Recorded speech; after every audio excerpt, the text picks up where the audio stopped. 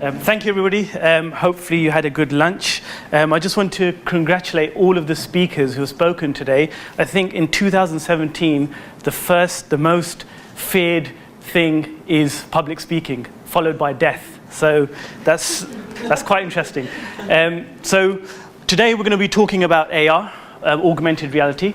Can I have a show of hands? How many of you have used AR before? Okay, wow, good, well done.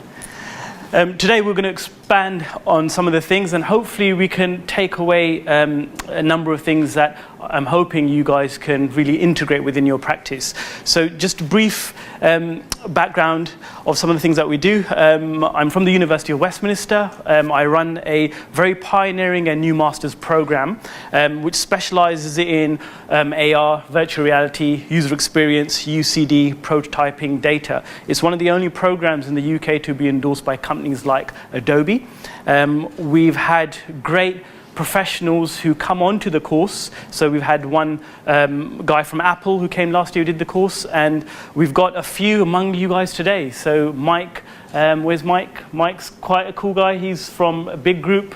He's produced an amazing app that allows you to explore the solar system for children, that very compelling augmented reality. We've got Clive here, and we've got Ritesh as well, which is great to see them. So just to provide a more of a holistic approach of where we are at currently, I think most of you may know this, but we're on the cusp of the fourth industrial revolution. So 2020, we will see the fourth industrial revolution changing the way we live. So a number of speakers today have spoken about augmented reality, AI, data, and those things. So I think it fits really well in having that holistic and overview and that approach.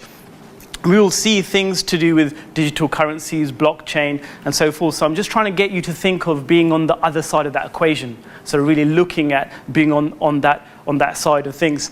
This is taken from the World Economic Forum, and you'll see in 2015, if we look at this over here, creativity was at the bottom. Okay, so if we look at 2020, just over here, creativity is in the third category. So it's one of the top three lists of technical skills to have.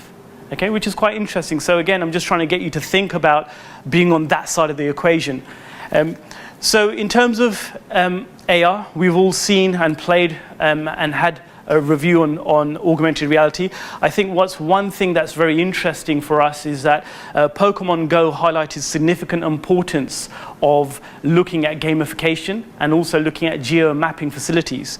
They've also announced the Harry Potter game, Wizards Unite. I'm not sure if some of you have heard of that, of casting spells and so forth, which is going to be released shortly. Just a quick review on some of the statistics and information, and I think these slides will be shared, so I'm hoping it's got lots of interesting links. If we look here, we will see that statistically more time was spent on things like Pokemon Go than most other social media networks. So it has the real potential to drive aspects towards online engagement in terms of looking at the 68% was engaged in comparison to social media, up by 20%. So we can see that how aspects of the user engagement from augmented reality can really impact other areas. So AR, as many of you know, is not new. It's been around for quite a while. At the moment, we're seeing significant impact of Apple and Google moving in towards this. ARKit was recently launched and recently announced. A lot of the work that we do in augmented reality is around Unity. We use a variety of Unity plugins. And in terms of applications, there are a number of things surrounding augmented reality in the sense of looking and working with AR, working with Apple. I think one of the most interesting things is that as the technological advances move towards mobile and mobiles become faster and more powerful, we will see this on an increasing trajectory. It also creates some very, very interesting possibilities for user engagement. So in terms of how some of this works, I don't want to dwell on this too much because a lot of the room have already used augmented reality, which is great, but it's a facilitation of looking at markers. I want to draw your attention to a case study that I really liked, which was the Audi example, which we can take a lot of evidence of good practice from, especially looking at it from reverse engineering some of the problems. So there's 3 types of markers that are used in augmented reality. Most of you guys will know this, and some of those markers are being used via products. So in terms of engaging with audiences, we can do that via the real world, as well as looking at it through a much more of a holistic approach of geomapping and geolocations. So in terms of the Audi AR experience, Audi was a very early adopter of this technology. Those who follow the brand or have an affiliation with the brand. I do not work for Audi. I have affiliation with them, but I'm not selling any of their products or endorsing any of their products. But one of the key aspects of how they have implemented augmented reality is very interesting in terms of looking at it from the physical world, receiving a product, and going through that whole user journey. So a key example was I went through and looking at it through reverse engineering the problem. I was looking to purchase a car from Audi. I went to the showroom. We had a look at the range of their cars. The one that I liked was the Audi R8. Very interesting. It's a high price ticket item. So it becomes a question of how do you then intrinsically convert that audience towards that high price ticket item. So they had a number of strategies. They enable you to drive the car, they enable you to experience the car, and they also enable you to provide you some brochure or some types of elements. However, what happened after that, I received a very good pack. The pack came through the post. It was a beautiful magazine. It was very tactile. It was produced with really high quality paper. And then they went through a step further where you download the app. The app was very light. Developed with a compelling user interface, and it showed you a significant interactivity with the vehicle, so a lot more detail that you probably would never have achieved with spending even a day or a few days with the car itself. So in terms of having a quick example,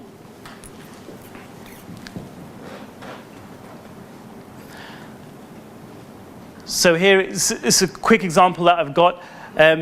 You can turn the pages, you can see it's a print-based medium.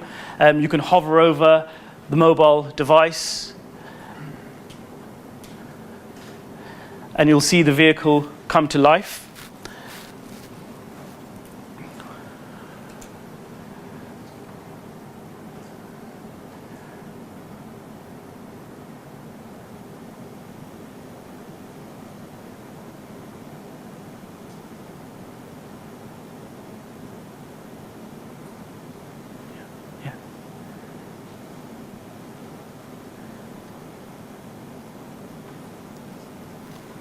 Yeah, cool.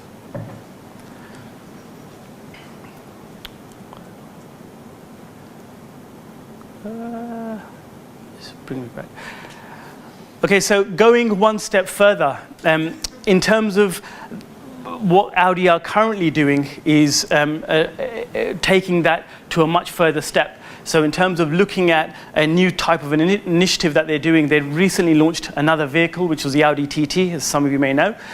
With this vehicle, it was particularly pioneering because it was one of the first vehicles to have like a virtual cockpit.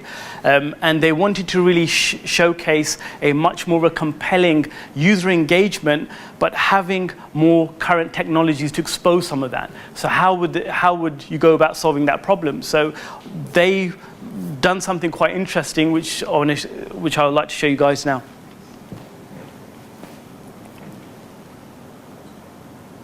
In 2014, Audi launched the new TT, the first with a revolutionary virtual cockpit. Our task? Inspire customers with this futuristic feature. The catch? Do it using the conventional sales brochure. The Audi TT brochure hack. An augmented journey through the virtual cockpit. Simply place your phone on the brochure to begin.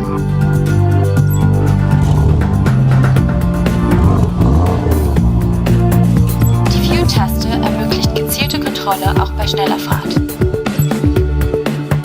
Touching the hotspots on the page let you navigate every aspect of the display. Using conductive print, we turn the page into a smart surface, enabling haptic feedback. An embedded Bluetooth chip delivers a seamless experience between the brochure and your phone. You can also configure the car and request a test drive. By turning an informative brochure into a storytelling platform, we bring customers one step closer to driving the new Audi TT.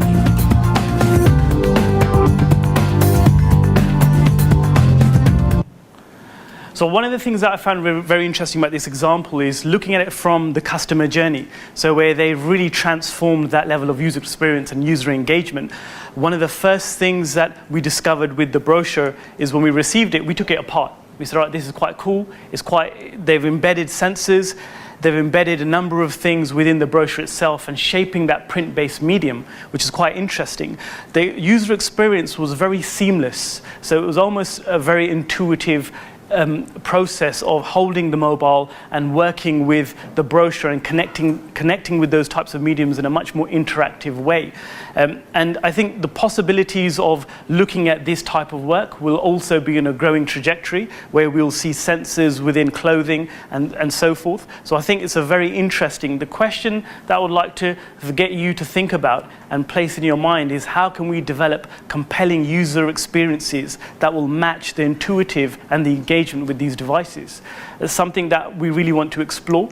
The other kind of creative ideas which we're exploring and which is very interesting currently is looking at engineering and looking at how engineers work within augmented reality. So a number of aspects of the exploded view assembly. So things to do with engineering, as opposed to looking at plans or floor plans, looking at exploded view plans or discussing that as key discussion points, again creates a very compelling type of user experience and enabling communities to share information and to have a much more of a deeper understanding and conveying things like plan and engineering works. Other areas around some more interesting ideas that companies are very keen to explore is much more on the DIY side of things.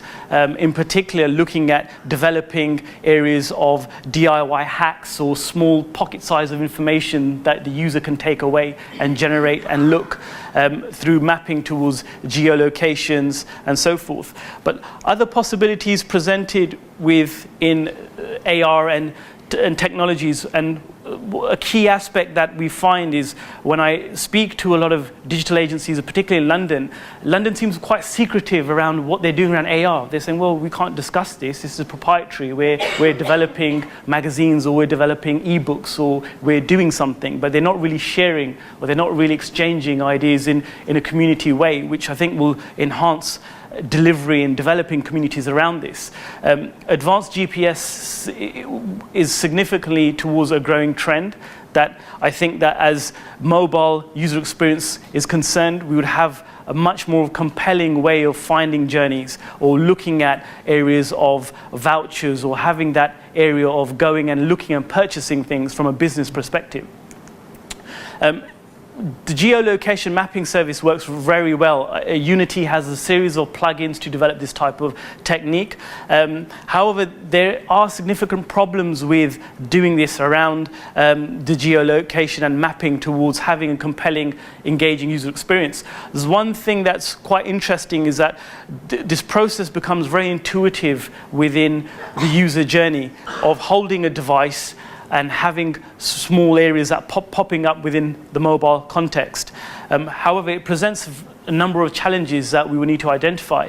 There's a very interesting paper which was published by another university, which is location-based mobile augmented reality applications, the challenges, examples, and the lessons learned. It's a very good paper. I've put the link within my presentation.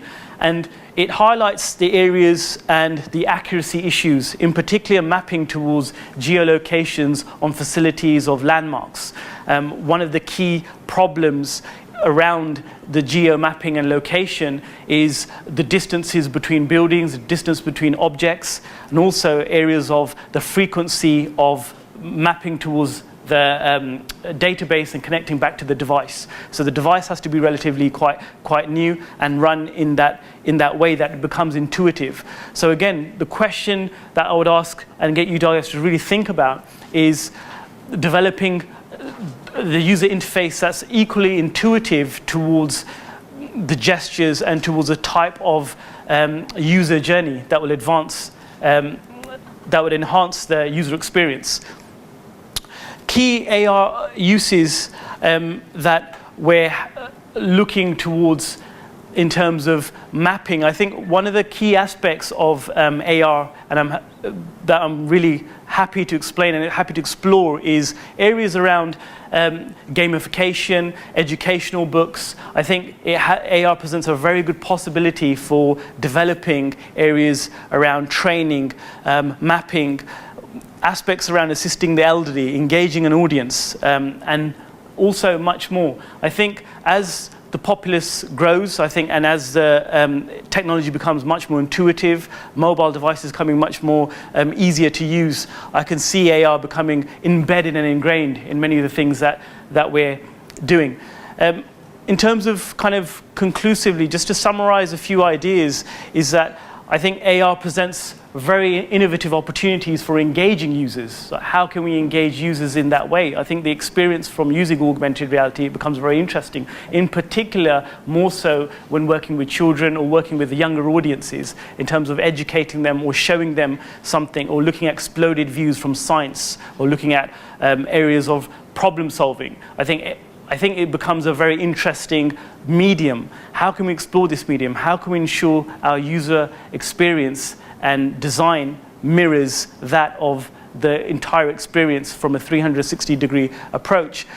I think I want to leave you with an interesting quote from Elon Musk. I think he says, if you're not progressing, you're regressing, so keep moving forward. The final three themes that I want to leave you with is make, create, and innovate. Thank you.